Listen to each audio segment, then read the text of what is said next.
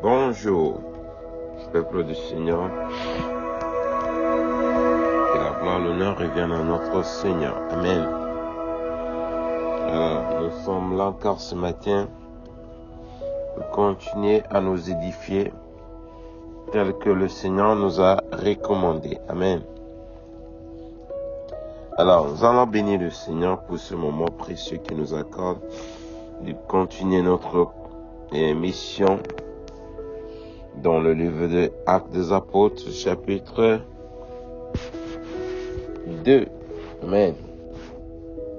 Nous allons nous préoccuper à la deuxième église, qui est l'église de Smyrne. Ça, c'est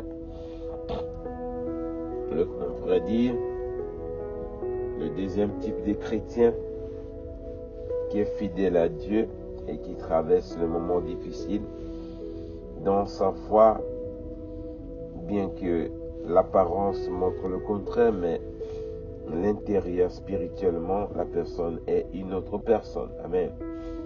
Dieu nous dit ceci, et nous allons méditer à partir du livre d'Apocalypse, chapitre 2, le verset 8 à 11. Amen. Le Seigneur nous dit ceci dans sa parole. Écrit à l'ange de l'église de Smyrne, voici ce que dit le premier et le dernier, celui qui était mort et qui vit, qui est revenu à la vie. Je connais ta tribulation et ta pauvreté, bien que tu sois riche, et les calomnies de la part de ceux qui se disent juifs et ne le sont pas, mais qui sont une synagogue de Satan. Ne crains pas ce que tu vas souffrir. Voici le diable jettera quelques-uns de vous en prison, afin que vous soyez éprouvés.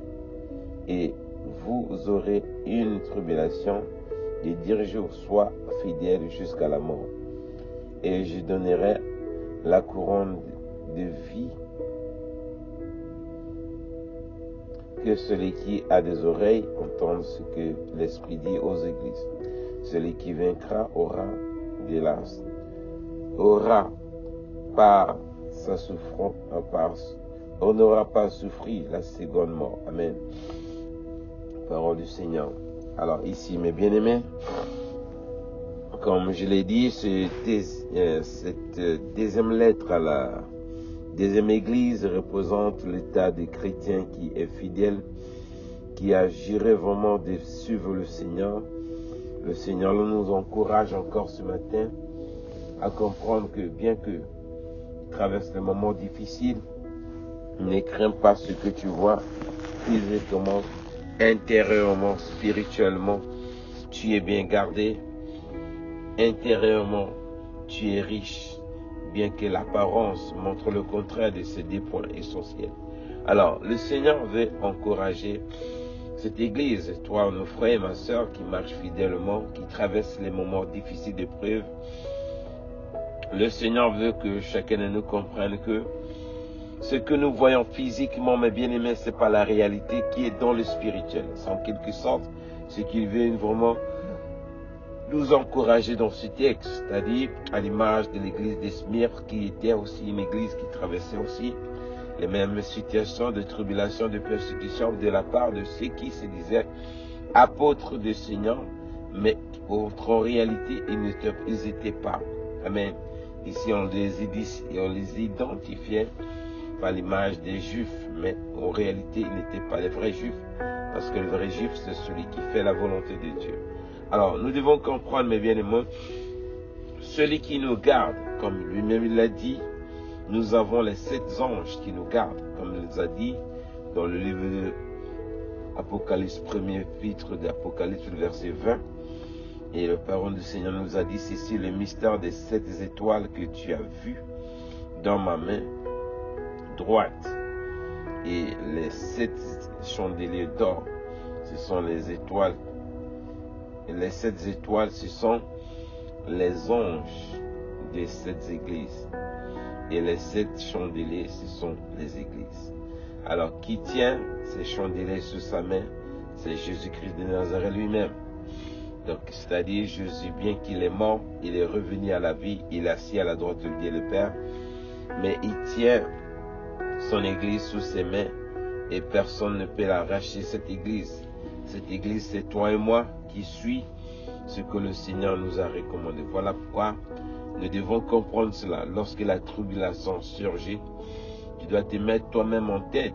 Tu es tenu sous la main du Seigneur. Quoi qu'il arrive, tu n'as rien à s'inquiéter parce qu'il ne va pas t'abandonner. Parce que s'il est venu livrer sa vie à la croix, c'est parce que nous avons vraiment de l'importance à ses yeux. Voilà pourquoi il a dû livrer sa vie pour extraire son sang qui nous a lavés, pour que nous soyons vraiment graciés de toute condamnation qui peut surgir dans nos vies. Amen. Donc c'est cela que nous devons comprendre, mes bien-aimés, pour ne pas que nous soyons effrayés et nous soyons vraiment dans le doute lorsque les situations sont contraires. Ce même Dieu qui nous tient par sa main, écoutez ce qu'il nous dit également dans le livre d'Ésaïe chapitre 48, le verset 12 à 14. Il est celui-là qui a l'auteur de tout. Amen. Il nous dit ici également ce matin pour nous rassurer lorsque nous traversons les tribulations, les moments difficiles de la vie. Il faut que chacun de nous se mette dans sa tête le Dieu lequel qu'il a mis sa confiance. Qui est-il? Regardez comment il se présente ici dans le livre d'Ésaïe 48, le verset 12 à 14. Le Seigneur nous dit ceci. Écoute-moi Jacob, et toi Israël que j'ai appelé. C'est moi qui suis le premier. C'est moi qui suis le dernier. Ma main a fondé la terre et ma droiture a étendu les cieux. Je les ai appelés et aussitôt ils se présentent. Vous tous, assemblez-vous et écoutez. Qui d'entre eux a annoncé ces choses? Amen. Alors ici, le Seigneur, c'est lui qui nous rassure encore ce matin. Que la terre que nous marchons, où nous nous tenons pour se déplacer, où nous plantons, où nous travaillons, où nous faisons tout ce que nous sommes en train de faire, celui qui a créé cela, c'est l'autre Dieu, celui qui dit ne crains pas, car il nous tient par sa main. Alors c'est Dieu qui a créé la terre dont nous sommes en train de vivre, et que c'est lui qui a étendu le feu, les cieux, ça veut dire nous n'avons rien à craindre, parce qu'il est en quelque sorte, il est le propriétaire, l'auteur de tout ce que nous sommes en train de voir. Donc nous n'avons pas à craindre la tribulation ni la persécution. Quoi qu'il arrive, mes bien-aimés, si nous sommes dans la volonté de Dieu, nous ne devons rien craindre parce que notre Dieu est fidèle. Amen. Donc il dit, Satan mettra parmi nous d'autres en prison, mais qu'on ne craint rien. Car Dieu, il est le premier, il est le dernier, il est le créateur des cieux et de la terre. Donc nous n'avons rien à craindre parce qu'il nous tient par sa main. Il ajoute également ceci, toujours dans le livre d'Ésaïe, chapitre 13, verset 19. Ce qui apporte la tribulation dans ce monde, c'est le système Babylone. Amen. Ce système qui est dirigé par Satan lui-même. Il est commandité par ses anges qui sont sous la terre, qui sont représentés en royaume de Babylone ici-bas. C'est ceux-là qui persécutent l'Église de Christ. Mais regardez ce que le Seigneur nous dit encore dans ce livre de Ésaïe, chapitre 13, verset 19. Babylone, l'ornement des royaumes,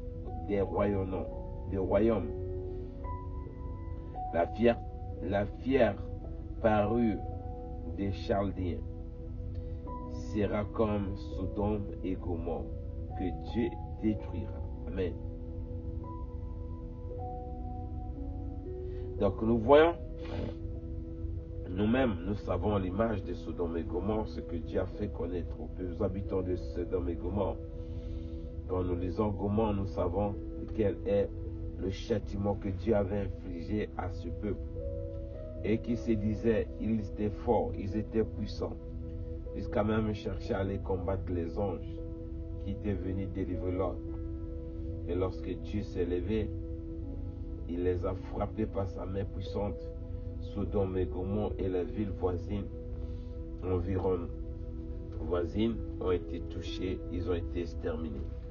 Alors pourquoi, à notre tour, mes bien-aimés, tu penses que Dieu pourra nous laisser aussi? Nous sommes fidèles à ce Dieu-là, parce qu'il va nous abandonner. Dieu nous dit, ne craignons pas, soyons fidèles et restons sereins. Notre Dieu est là pour nous assister. Il nous a recommandé ce mot, nous encourage ce matin de persévérer jusqu'à la fin.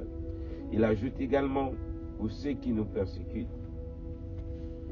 que ce soit dans l'église, que ce soit hors de l'église. Écoutez ce que le livre de 2 Corinthiens chapitre 6, verset 10 nous rappelle également. Le Seigneur nous dit également ceci dans sa parole. 2 Corinthiens chapitre, dans le livre de 2 Corinthiens chapitre 6, verset 10. Comme attristés, et nous sommes toujours joyeux.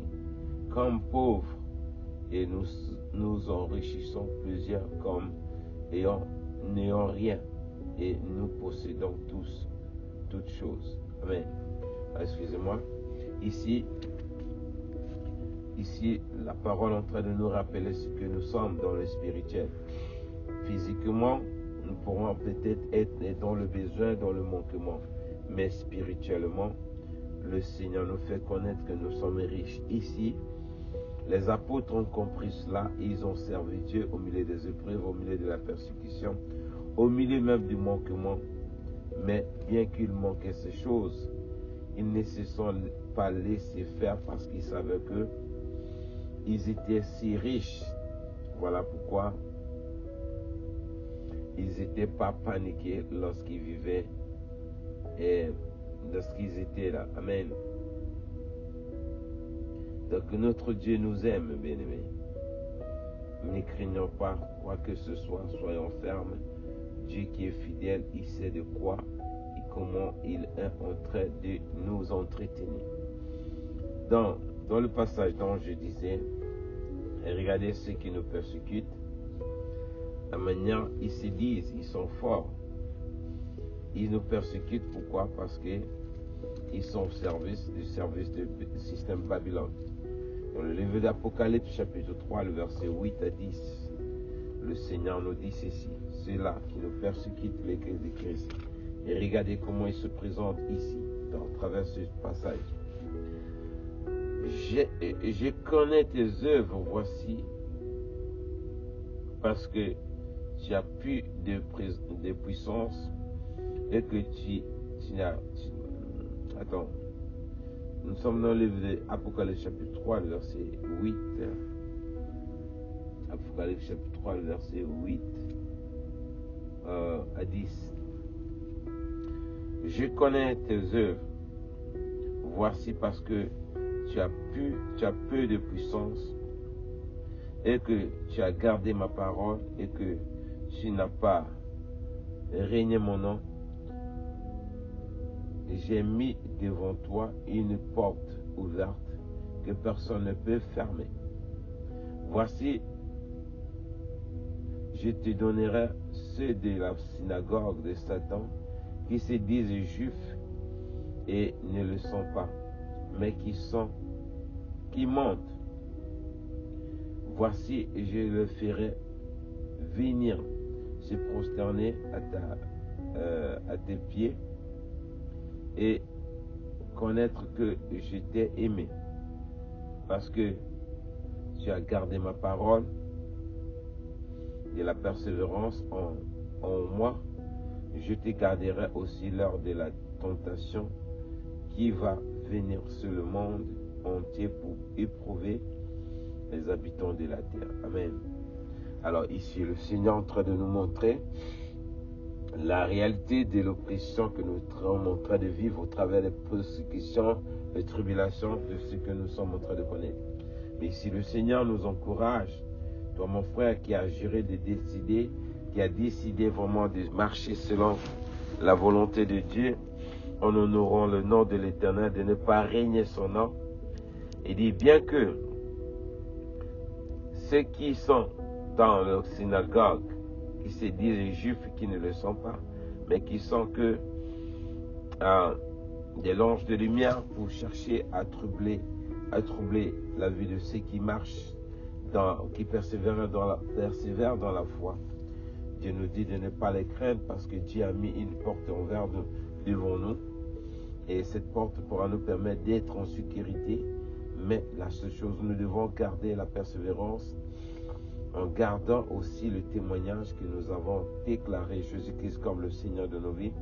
Dieu nous épargnera de la tribulation qui va frapper le monde. Alors, donc nous devons comprendre, mes bien-aimés, le monde dans lequel nous vivons aujourd'hui, à ces réalités qui vont arriver ou dont beaucoup ignorent encore. Mais Dieu qui connaît toutes ces choses, il sait que un jour, quand ça changera, il sera là pour nous épargner de tous ces fléaux qui viendra. Mais ce que le système Babylone est en train de nous intimider, ne craignons pas cela, parce que nous savons que Dieu est avec nous. Si Dieu est le propriétaire de ce monde, Dieu ne pourra pas nous abandonner. Voilà pourquoi il nous encourage également dans le livre de Jacques, chapitre 1er, verset 12. Il dit ceci, heureux l'homme qui supporte patiemment la tentation, car après avoir été éprouvé, il recevra la couronne de la vie que le Seigneur a promis à ceux qui l'aiment. Amen. Parole du Seigneur. Alors donc, la persévérance, la fidélité à notre Seigneur est une chose extrêmement importante pour tous ceux qui se disent chrétiens. Car nous savons, sans la persévérance, mes bien-aimés, on n'est pas chrétien. Un vrai chrétien, c'est celui qui agirait d'honorer le nom de son Dieu.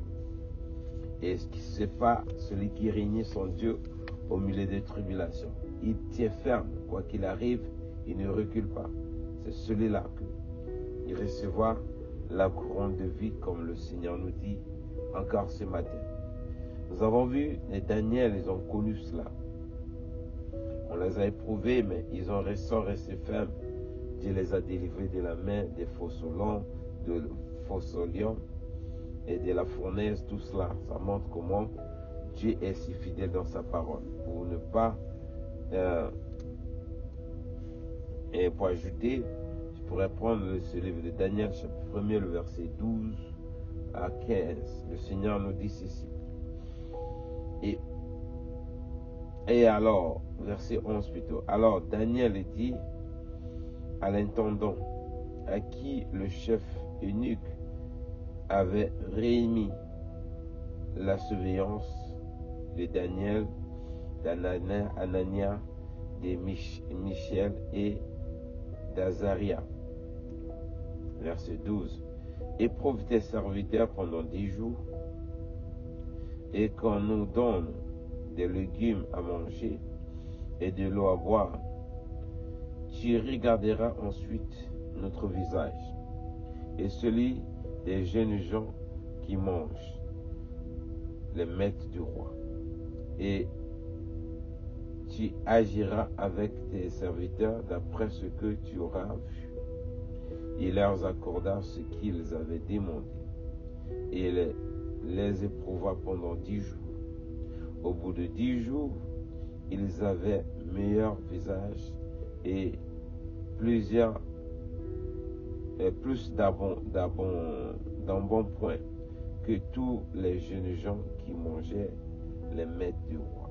Parole du Seigneur. Ici, mes bien-aimés, voilà ce que Daniel avait compris, quoiqu'il était en train de traverser le moment difficile avec ses amis, mais il ne s'est pas reculé. C'est-à-dire, il a tenu ferme et Dieu les a également honorés au travers de leur foi.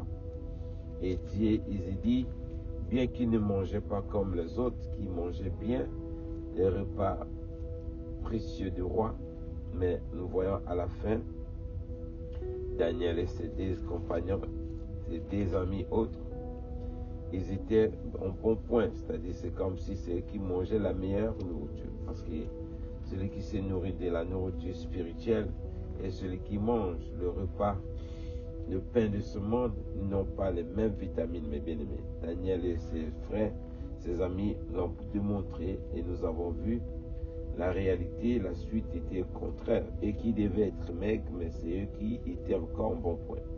C'est pour dire que lorsque nous prenons l'engagement, mes bien-aimés, de garder vraiment la foi, n'aie pas peur. Amen. Quand tu es... Regardez bien, je voulais m'arrêter là, mais le Seigneur veut que j'ajoute ce passage de Corinthiens chapitre 11, versets 13 à 15.